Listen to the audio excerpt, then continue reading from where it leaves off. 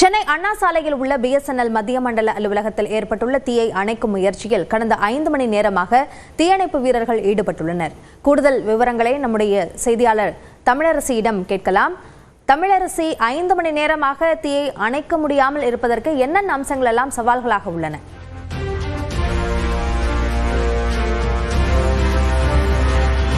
அபிநயா, இன்று காலை 9:30 மணி அளவில் சென்னை அண்ணா சாலையில் இருக்கக்கூடிய பிஎஸ்என்எல் மத்திய மண்டல அலுவலகத்தில் தீ விபத்து ஏற்பட்டது. இது தொடர்பாக தீயணைப்புத் துறையினருக்கும் காவல்துறையினருக்கும் தகவல் தெரிவிக்கப்பட்டு காலை 9:30 மணியிலிருந்து தீயை அணைக்கக்கூடிய பணியில் ஈடுபட்டு வருகின்றனர். சுமார் 10க்கும் மேற்பட்ட வாகனங்கள் வரவழைக்கப்பட்டு தீயை அணைக்கக்கூடிய முயற்சி என்பது நடைபெற்று வருகிறது.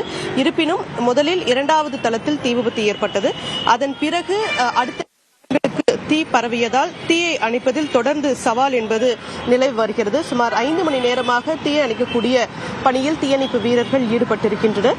6 தீயணைப்பு நிலையங்களிலிருந்து 10க்கும் மேற்பட்ட வாகனங்கள் இந்த தீயை அணைக்கக்கூடிய பணியில் ஈடுபடுத்தப்பட்டு வருகிறது. மேலும் தீயை அணைப்பதில் இது பிஎஸ்என்எல் அலுவலகம் என்பதன் காரணமாக இங்கு நிறைய மின்சாதன பொருட்கள், கேபிள்கள், பேட்டரிகள் அதிக அளவில் இங்கு வைக்கப்பட்டிருப்பதன் காரணமாக இந்த தீயை அணைப்பதில் தொடர்ந்து சவால் என்பது நிலவி வருகிறது. குறிப்பாக 5வது தளத்தில் அதிக அளவிலான இது போன்ற பொருட்கள் இருந்ததன் காரணமாக அந்த 5வது தளத்தில் தீயை அணைக்கக்கூடிய பணி என்பது சவாலா இருந்து வருது. முதல் 4 தளங்களில் தீயை கட்டுக்குள் கொண்டு வரப்பட்டு தீ அணைக்கப்பட்டிருக்கிறது. ஆனால் 5வது தளத்தில் இன்னும் தீயை அணைத்து முடிக்கவில்லை. தொடர்ந்து குடிநீர் வாரியத்தின் தண்ணீர் லாரிகள் கொண்டு வரப்பட்டு தொடர்ந்து தீயை அணைக்கக்கூடிய பணி என்பது நடைபெற்று வருகிறது.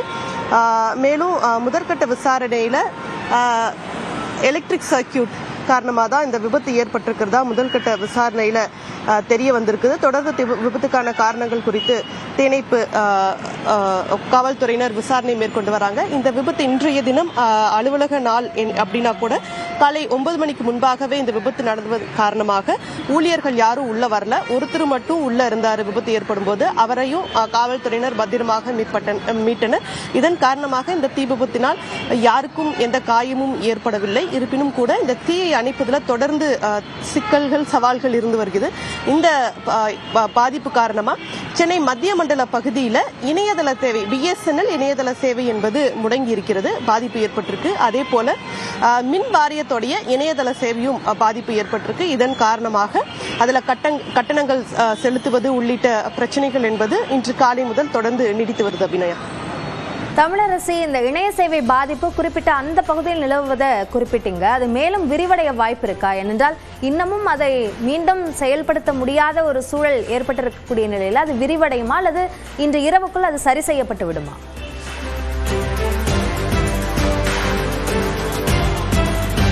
தொடர்ந்து பிஎஸ்என்எல் அதிகாரிகள் இது தொடர்பாக ஆய்வுகளை மேற்கொண்டுட்டு வராங்க. இங்க குறிப்பா இந்த பிஎஸ்என்எல் மத்திய மண்டல பகுதிக்குட்பட்ட இடங்கள்ல அதாவது கால் போகுது. ஆனா இணையதள சேவை தான் இந்த பகுதியில முடங்கி இருக்கு. இதே போல மின்சார வாரியத்துடைய இணையதள சேவை முடங்கி இருக்குது.